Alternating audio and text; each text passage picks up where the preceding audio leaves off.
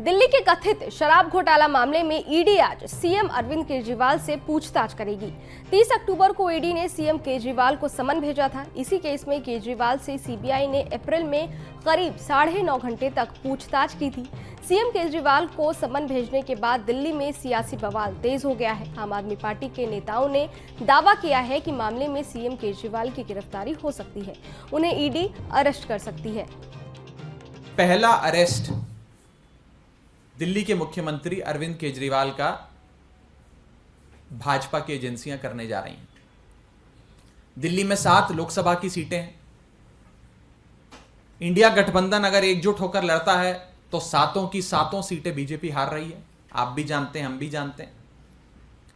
और ये 7 की 7 की सीटों की हार बीजेपी को इतना सता रही है कि वो अपने अरेस्ट की शुरुआत दिल्ली से करने जा रहे हैं और पहला अरेस्ट अरविंद केजरीवाल जी का करेंगे, ताकि इन 7 सीटों पर आम आदमी पार्टी लड़ने लायक ना रहे।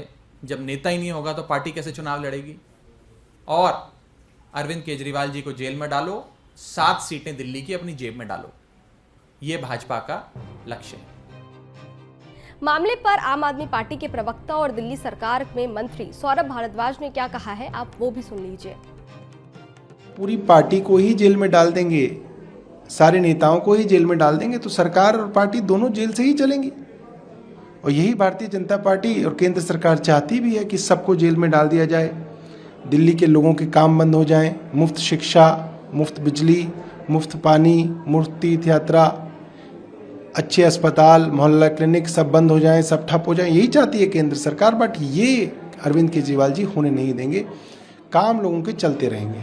वहीं आप नेता और दिल्ली के शिक्षा मंत्री आतिशी ने सीएम केजरीवाल की गिरफ्तारी पर बीजेपी सरकार पर जमकर निशाना साधा और कहा कि बीजेपी विपक्षी नेताओं को गिरफ्तार करके आम आदमी पार्टी को खत्म करना चाहती है। दिल्ली के मुख्यमंत्री अरविंद केजरीवाल और आम आदमी पार्टी के राष्ट्रीय संयोजक अरविंद केजरीवाल जी को ईडी ने समन किया है।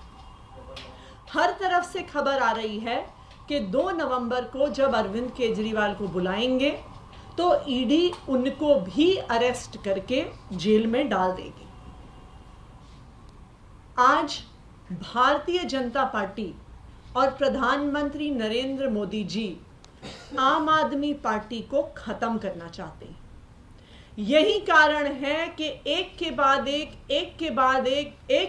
एक झूठे केस बनाकर, झूठे आरोप लगाकर आम आदमी पार्टी के नेताओं को गिरफ्तार किया जा रहा है और जेल में डाला जा रहा है।